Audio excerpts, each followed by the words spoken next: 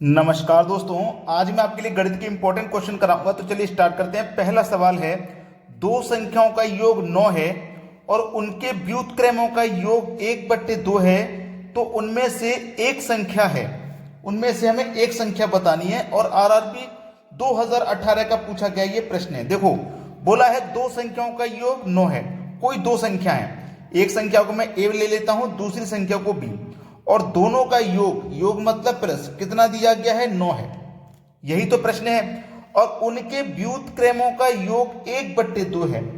व्युत्क्रम, व्युत्क्रम मतलब समझते हो? व्युत्क्रम का मतलब है जैसे ए प्लस बी बटे में ए गुने बी बराबर कितना? 1/2।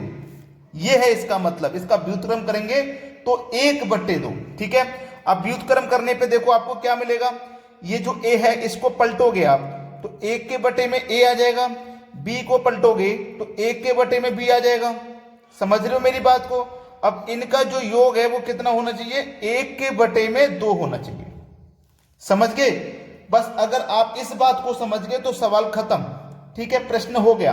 देखिएगा, a और b कोई दो संख्या आप ऐसे लीजिए जिनको जोड़ेंगे तो 9 हो जाएगा। जिनको हम जोड़ेंगे तो 9 हो जाएगा। कोई दो संख्या आपको ऐसी लेनी है। तो देखो, 8 और 1 को जोड़ूंगा 9, 3 और 6 को जोड़ूंगा तो 9 हो जाएगा। ठीक है, लेकिन उसके बाद में उसका हम व्युत्क्रम का योग करेंगे तो 1/2 आना चाहिए।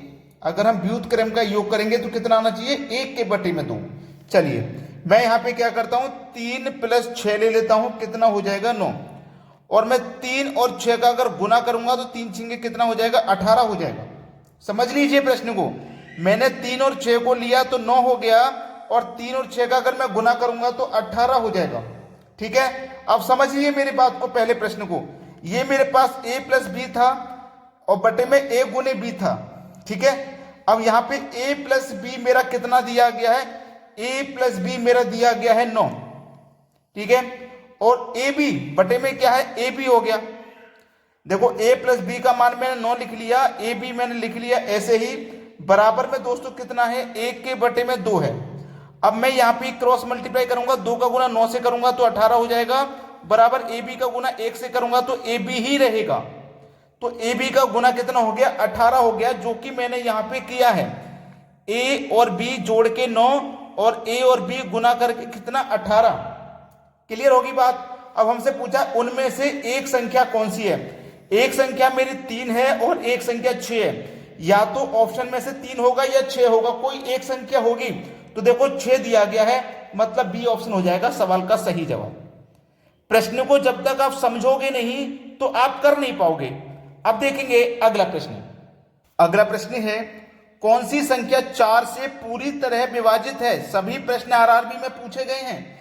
4 से विभाजित का नियम अगर आपको पता है तो 5 सेकंड में हो जाएगा सवाल। 4 से हम कैसे पता करेंगे कौन सी संख्या कट रही है? लास्ट की 2 डिजिट, केवल लास्ट की 2 डिजिट आपको चेक करनी है, पूरी संख्या को नहीं कटाना।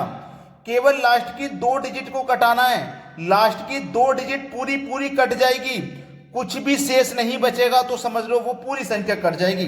4 से 54 को कटाऊंगा तो नहीं कटेगा। 4 से 76 को कटाऊंगा तो कट जाएगा। 4 एकम 4, 3 बचेगा 36, 4 निम 36, ये कट जाएगा।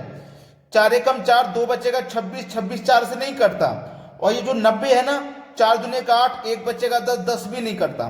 तो 4 से कौन सी संख्या कट रही है? 76 कट रही है। तो इसका मतलब ये पूरी संख्या 4 से कट जाएगी। अब देखते हैं अगला सवाल।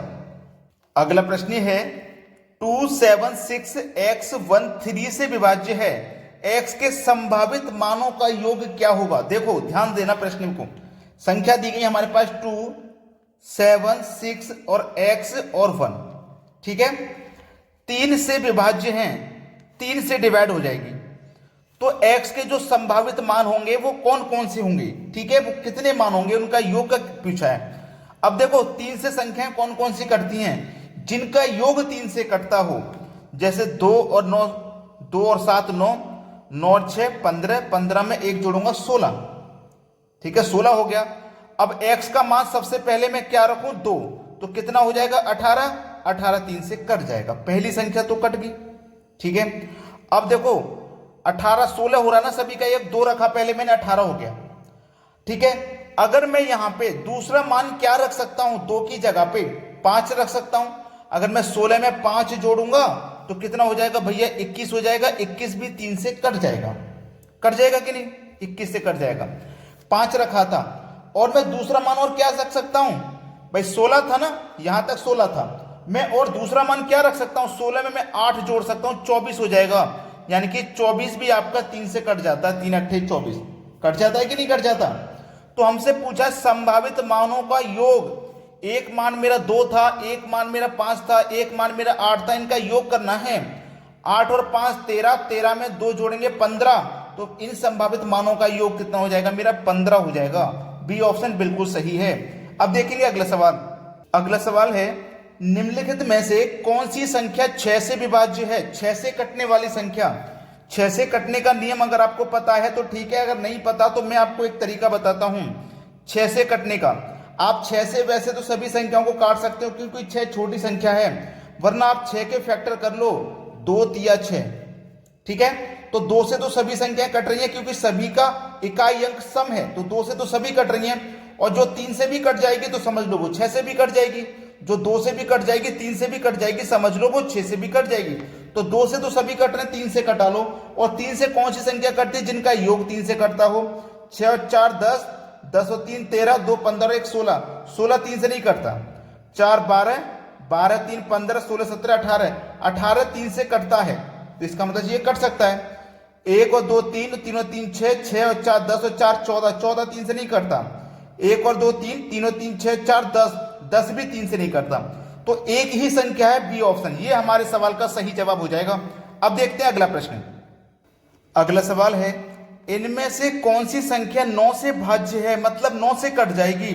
तो 9 से कटने का नियम है, जो 3 का नियम है वही 9 का है, मतलब संख्याओं का योग अगर 9 से कट गया तो पूरी संख्या 9 से कट जाएगी, ठीक है, पूरी संख्या 9 से कट जाएगी। जैसे 9 और 3 12, 12 और 2 14 और 1 15, 15 और 3 18, देखो 18 कट जाता है ना 9 से, तो ये मेरा सही जवाब हो गया। 9 और 3 12, 13 14, 14 में जोड़ोगे 7 तो कितना हो जाएगा 21, लेकिन 21 तो 9 से नहीं कटता, तो ये ऑप्शन नहीं होगा। 9 और 1 10, 10 और 9 19, 19 2 21, 21 तो 3 24, 24 भी नहीं कटता 9 से। 9 9 18, 18 2 20 और 3 23, 23 भी नहीं कटता 9 से, तो एक ही ऑप्शन है जो कट जाएगा। अब देखेंगे अगला सवाल।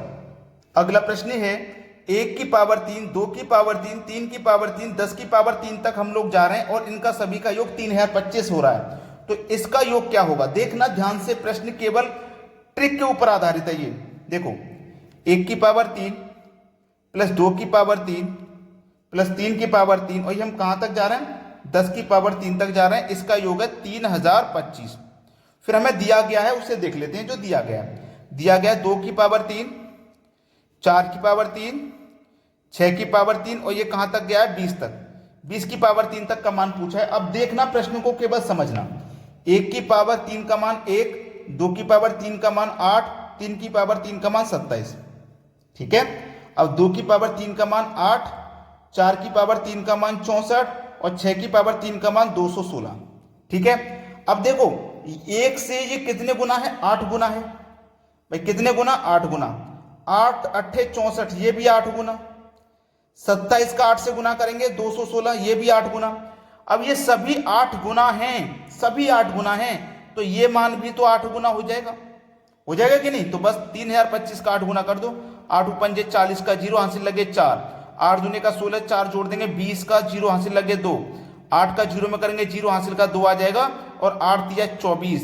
देख लो ये 24 और 200 किस ऑप्शन में है, डी ऑप्शन में दिया गया, प्रश्न का बिल्कुल सही जवाब है। अब देखते हैं अगला सवाल।